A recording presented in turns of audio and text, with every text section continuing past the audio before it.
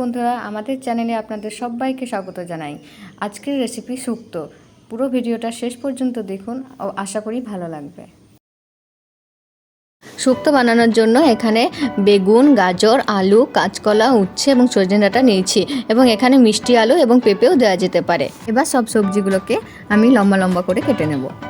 এবার আমরা সবজিগুলো ভেজে নেওয়ার জন্য কড়াইয়ে কিছুটা পরিমাণ সরষের তেল দেব। প্রথমে আমরা আলু এবং গাজরটাকে ভেজে নেব।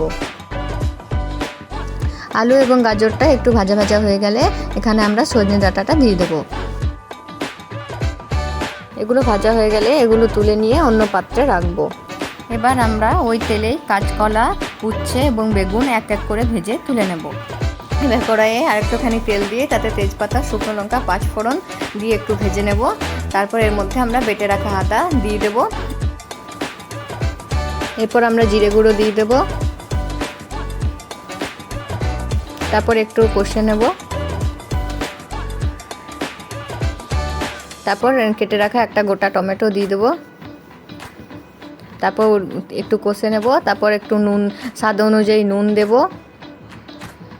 হলুদ দেব।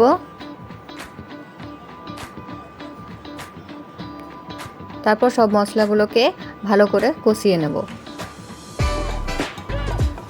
তারপর আবার একটু সামান্য পরিমাণ জল দিয়ে একটু ভালো করে কষিয়ে নেব।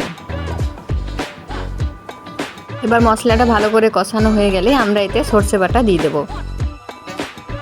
সর্ষেটা দিয়ে একটু নেড়ে চেড়ে এবার আমরা পোস্ত বাটাটা দিয়ে দেব। এবার আমরা এর মধ্যে কাশ্মীরি লঙ্কার গুঁড়ো দেব একটু। তারপর পরিমাণ মতো 1 চামচ চিনি দেব। তারপর একটু জল দিয়ে ভালো করে একটু নাড়িয়ে নেব।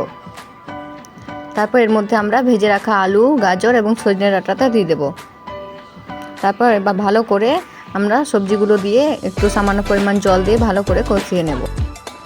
ভালো আমাদের কষানো হয়ে গেছে। এরপর আমরা এখানে পরিমাণ মতন জল দিয়ে দেবো। এবার এটাকে ঢেকে কম আঁচে 5 মিনিটের জন্য সেদ্ধ করে নেব। এবার আমরা ঢাকনাটা খুলে দেখে নেব সবজি সেদ্ধ হয়েছে কিনা। এখানে গাজর, আলু সবই সেদ্ধ হয়ে গেছে। এরপর আমরা এখানে ভেজে রাখা কাঁচকলা, উচ্ছে এবং বেগুনটা দিয়ে দেব। এবার এগুলো সবজিগুলো দিয়ে পরে আমরা এটাকে ভালোভাবে নাড়িয়ে সব মিক্স করে নেব একসাথে।